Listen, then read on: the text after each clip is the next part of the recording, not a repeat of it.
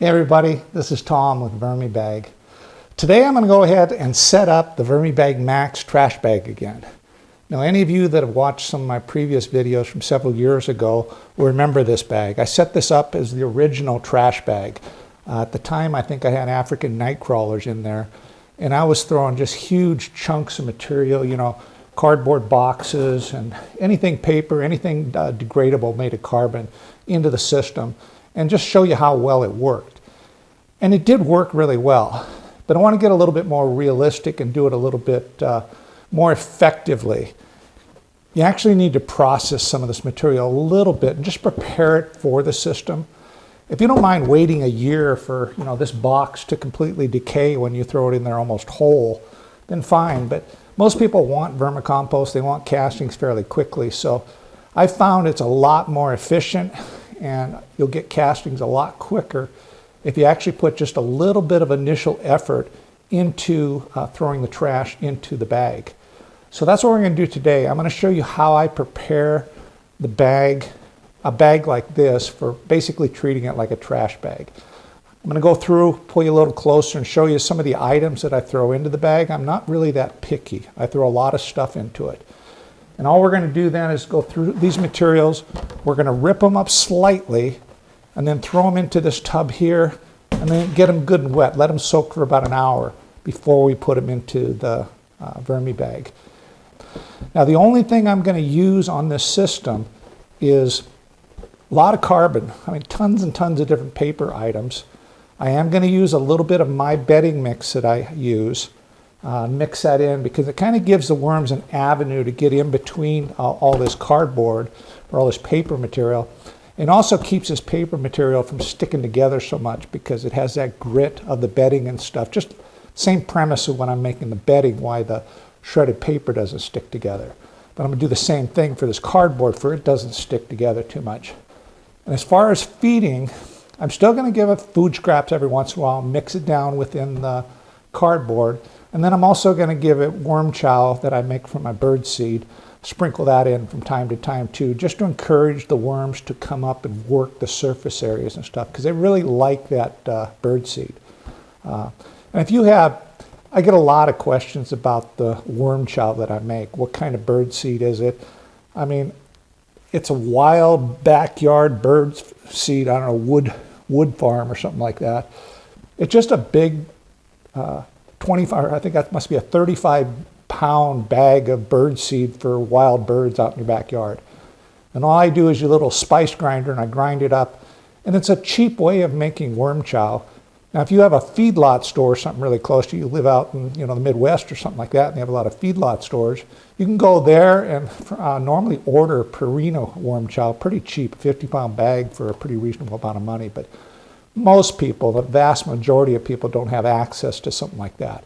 And buying it online is really expensive from people on eBay and stuff like that. So go buy yourself a big bag of bird seed, grind it up in a spice grinder, and you have really great worm chow, I guarantee you. And you'll see as I feed it. Now, on my other videos, I feed it all the time, just a little sprinkling. And another nice thing about the worm chow is it's a way to feed your system without adding moisture to your system. Because sometimes your system's starting to run a little bit too wet. So add a little bit you still want to feed the worms, you want to take care of them. So sprinkle a little bit of worm chow in there. It'll actually absorb moisture, take moisture out of the system because it's dry when you put it in there. Okay, so these are some of the items that I'm going to add to the system. I mean, just typical cereal boxes. I'm actually going to add some paper plates and just see how they do. I did it before and they eventually disappeared. Pizza boxes. We get a lot of these. Every Friday we have pizza. And yeah, there's a little bit of grease and stuff in here and stuff, but this is really good cardboard. It composts really well. So I'm going to rip some of these up, and I'm not going to try and clean everything off of it either. Just a container, cardboard box. More cereal boxes. More cereal boxes. Lots of paper towels. You should take all your paper towels that you have upstairs in your kitchen area and stuff, put them in a separate container and throw them in here. Paper towels will compost very quickly. Just some odd white paper, packing paper, some Amazon boxes, egg cartons, of course. These are great. I mean, they work really well. Just a white or a brown paper sack, I have some gunny sacks and pieces of gunny sacks that I'm going to throw in there as well. Just regular newspaper. Some pasta containers. I'm not going to really worry about the plastic label on there. I'll throw it in there and it'll eventually come out in the compost. Some more pasta containers. Another container for chicken or hot pepper poppers. Another container. So all your containers that you have for items you get in your kitchen. Now this one here is fairly shiny. People ask about this a lot too. This one definitely has a sheen to it. It's probably about the max that I would use as far as the sheen. If you have paper that feels plastic on the outside, I wouldn't use that. But even items like this that are pretty doggone, I mean, that's definitely glossy. But I haven't had any issues at all with composting it. So I'm going to throw this in there as well. So just about everything you throw away that's paper from your kitchen, you can put in here and throw it into the bag. So what I'm going to do now is just go through some of these items, do a little mixture of it and rip up, and probably fill this thing up about halfway, I suppose. And then I'm going to fill it up with water and let it soak for about an hour or something like that. And then I may rip it up just a little bit more.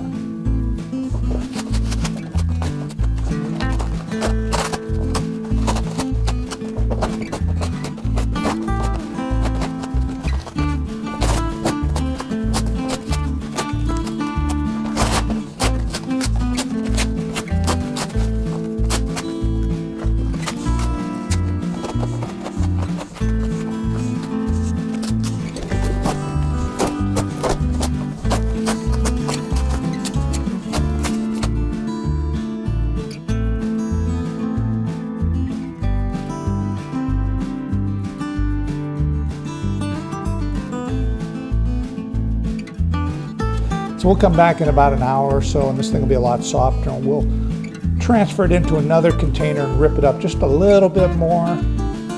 Okay, I'm back. It's only been about 20-25 minutes. I ran upstairs real fast, did a couple things, and then came back down. So all I'm going to do now is go ahead and, like I said, transfer this into another container. That way I don't get all this moisture, because I don't want it absolutely dripping, sopping wet. But don't worry about it. I mean, it's going to be wet. There's no doubt about it. But now the rest of this material will rip up real easy. And so you can just rip this into a little bit smaller pieces and just wring any of the excess moisture, I mean, the major moisture out in the other container here. Again, this is still going to be sopping wet. There's no doubt about it. Don't worry about that.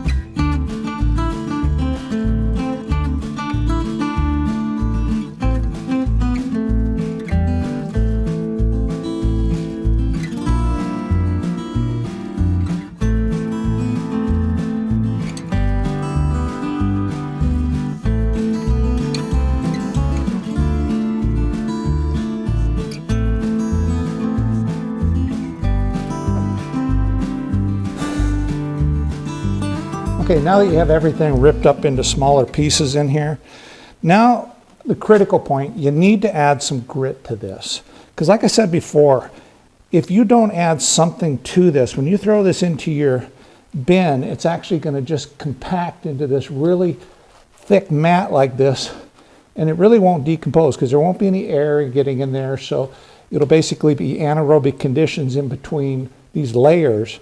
So you need to add some kind of grit that will actually keep this material from matting down together. And the best thing to do for that is actually like some old worm compost. This is some unscreened castings that I had that I pulled out of the VermiBag tote last week. So I'm going to dump that in there. And then I threw just a little bit of coconut coir into a container and add a little bit of water to it just to get it soaked up. And I'm going to add this coconut coir in here too. And then I'm going to mix this stuff all up for it'll be mixed in really well and keep those pieces of paper and cardboard separated. Now you could use peat moss if you want to. That would work just fine. But coconut coir probably works a little bit better because it's grittier. There's a real grit to this. So go ahead and add this to the system. Then just mix this up really well. So it's kind of like making my bedding, really. I mean, it's very similar. Same concept of instead of using shredded paper and the cardboard stuff, all I'm doing here is just strictly using, you know, ripped up pieces of kitchen boxes and items that we get out of the kitchen, and putting some type of grid on it for it, again, the stuff won't hold together. So spend a little bit of time trying to mix this in for you can try and get some of this stuff separated. It'll really help on letting the worms get into these areas a lot quicker. If you have a big matted down area, the worms won't get into it for a long time. You might, 3 months, 4 months from now, you might have a big chunk of paper that's all matted together still come out the bottom. So it's definitely worth your time to spend 2 or 3 minutes here and try and mix this in really well and break apart these pieces of paper the best you can. And I mean, look how much time we've taken here to do this. I mean, literally maybe 5 minutes to rip up the cardboard initially, and maybe another 5 minutes here to mix this up. So for 10 minutes of prep time, which is nothing, you got some really good bedding basically to start this trash bag up with. And see that piece of paper or that plastic that was on that thing came out already, actually, from just moving this stuff around. And this is going to be, every time we want to add more cardboard to this system, that's what we're going to do. But it's not going to be such a big batch from now on. So let's say 3 weeks from now you want to add more kitchen cardboard boxes and stuff to your system. Just take your 3 or 4 boxes, whatever you happen to have, soak it down in a bucket or in the sink or whatever you want, rip it up into pieces, add just a tiny little bit of coconut coir to it to mix it up really good, and throw it in your system. And as a supplement, we will still be adding some birdseed, my homemade worm chow, and kitchen scraps. So let's go ahead and set this max up. So this VermiBag Max is about 3 years old now, and it's one of the original designs. And you can tell that right off the bat because the bottom harvest panel here is a different material than the side. And there was actually a seam around the edge here and stuff. And that was the issue with some of the very first bags, is if you ran it really wet, you could actually get some liquid that would actually seep through this seam and could possibly get onto the zipper. So the redesigned bags from over 2 years ago now are designed a lot different, and that won't happen to them. You can also see that the straps are smaller. I enlarged all the straps, not for capacity or anything, but just for looks. I think the wider straps just look nicer. And this had the old VermiBag logo on it. This also had a solid vented top. The whole lid is actually just a vent. So definitely an old bag, about 3 years old. And we're going to set this up exactly like you would a VermiBag now, any new bag, is we're going to lay some newspaper on the bottom of this thing before we add any bedding to it. And the main reason for that is it creates an open air gap at the bottom down there, for the worms won't actually go down into the bottom here. And it kind of encourages the worms to go upward instead of going down into the bottom and staying down here. So it's real important if you're setting a new bag up to set it up that way initially. Now once you do your first harvest, of course, that newspaper you put down here, you'll be using, pulling that out during the harvest, and then it's not important.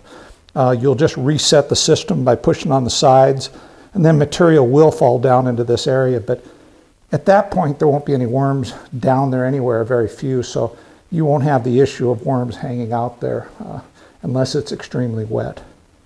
So let's go ahead and set this thing up. So I just have 4 single sheets of newspaper, and I'm just going to place them, crisscross them down there at the bottom. There we go.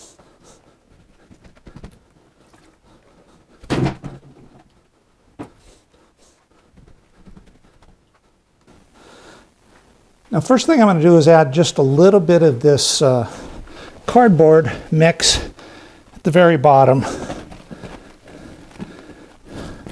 Not going to put the burlap there. So not very much, just a thin layer there.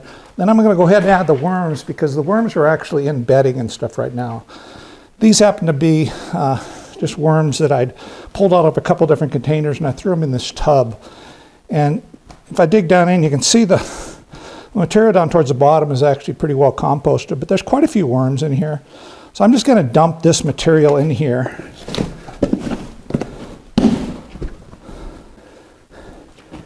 So I'm going to add that to the very bottom.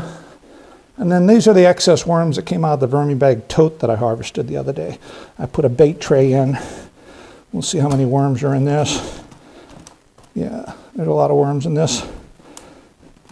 But still, overall, really, I'm not adding that many worms to this system. I mean, maybe a pound at the most. So I'm going to spread those out, and then I'm just going to add a good, layer of this cardboard mix that we made, the trash bag mix.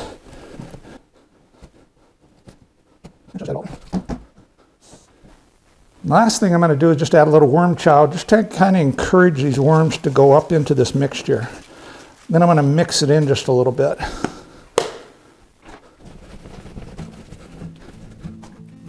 So that's about it. I don't have a VermiBag Max cover, vermi cover to put on it, but I have one I had for a tote, so I'll put that on for right now. Then we're just going to go ahead and zip this thing up, and we'll take a peek at it next week and see how they're doing. So this is Tom from VermiBag. Till next week, ciao.